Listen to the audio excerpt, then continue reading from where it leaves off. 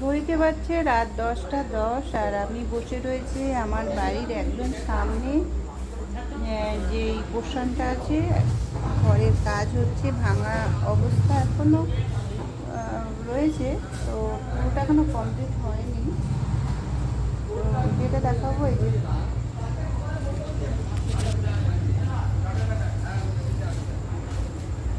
ওই দিকটা কমপ্লিট হয়েছে। ওইদিকে করে মোটামুটি 8জন মিস্ত্রি এসেছিলো লেবার মিলে।